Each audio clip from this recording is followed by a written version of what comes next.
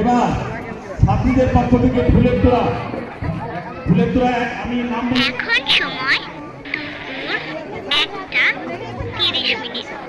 এবার বিদ্যালয়ের পক্ষ থেকে ফুলের তোড়া উপহার দিচ্ছেন বিদ্যালয়ের প্রতিষ্ঠাতা বাবু কবির শিকদার, বিশিষ্ট সাংবাদিক।